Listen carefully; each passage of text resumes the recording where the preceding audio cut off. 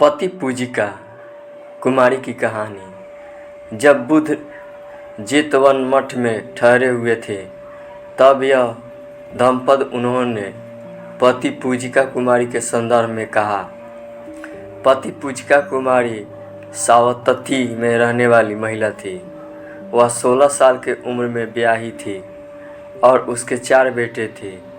वह धार्मिक और उदार महिला थी जिसे भिक्षुओं के लिए खाना और ज़रूरी सामान दान करना पसंद था।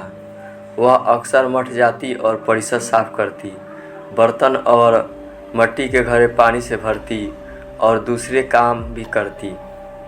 पति पूजिका को जाति सार ज्ञान अवगत था, जिससे उसको उसके एक पिछले जन्म का अस्तित्व याद आया जब वह मलभारी की कई पत्नियों में से एक थी। देवलोक के 33वें जगत में उसको यह भी याद आया कि वह मर गई थी जब वे सारे बगीचे में मज़े कर रहे थे, फूल चुनने और तोड़ने समय।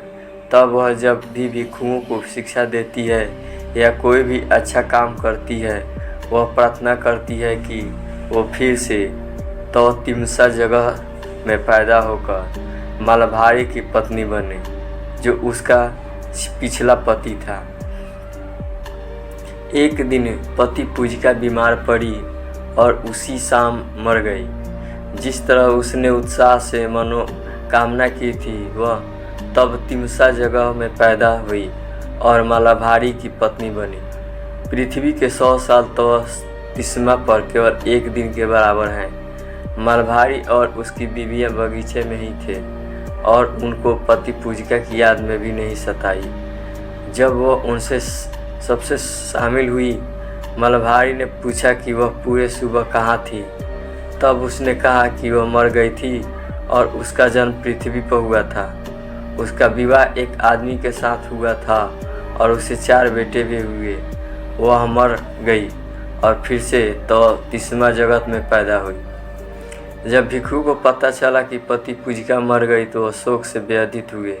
वे बुद्ध के पास गए और बताए कि पति पूजिका जो उन्हें सुबह शिक्षा में अन्न दिया करती थी,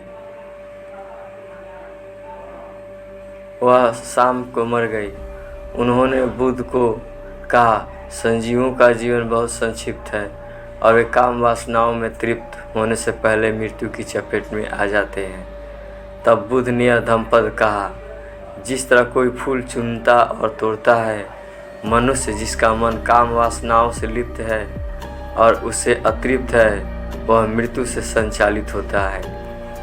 कहानी अच्छा लगे तो वीडियो लाइक करें, सब्सक्राइब करें, कमेंट करें। जय हिंद, जय।